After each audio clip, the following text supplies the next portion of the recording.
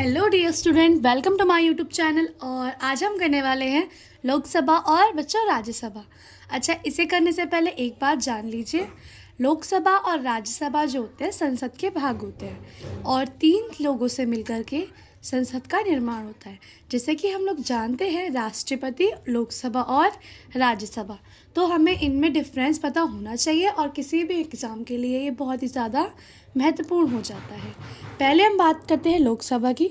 तो लोकसभा निम्न सदन होता है, यानी कि निचला सदन होता है, और राज्यसभा जो होता है वो उच्च सदन होता है, यानी कि बड़ा सदन माना जाता है। ठीक है, तो राज्यसभा जो होती है लोकसभा से बड़ी होती है। प्यारे बच्चों, लोकसभा में चुनाव प्रत्यक्ष रूप से किया जाता है, यानी कि हर 5 वर्ष बाद वोट दिए जाते हैं, मत कराया जाता है। हर 5 वर्ष बाद ही लोकसभा में चुनाव होते हैं। और राज्यसभा में अप्रत्यक्ष रूप से चुनाव किया जाता है, यानी कि राज्यसभा में जनता द्वारा चुनाव नहीं किया जा सकता। ठीक है, ये जो होते हैं ना, जितने भी पार्लियामेंट के मेंबर होते हैं, जितने भी लोग होते हैं जो सत्ता में होते हैं, उन लोगों की सहायता से ही आगे राज्यसभा के सदस्यों का चुनाव किया जाता है। लोकसभा के सदस्य की आयु लगभग 25 वर्ष मान्यता दी गई है। ठीक है, यानी कि जो भी लोकसभा में आना चाहता है उसकी आयु मिनिमम 25 वर्ष होनी चाहिए। और राज्यसभा में सदस्य की आयु लगभग 30 वर्ष होती है।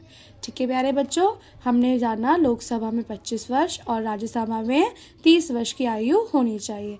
इस सदन में बजट कार्यालय 5 वर्ष का होता है। ठीक है प्यारे बच्चों, इसमें जो भी सदन में बजट पारित किया जाता है वो 5 कार्यकाल जो होता है सदन में, बजट जितना भी कार्यकाल होगा वो 5 वर्ष का होगा, जिस भी सदन रूप से होगा।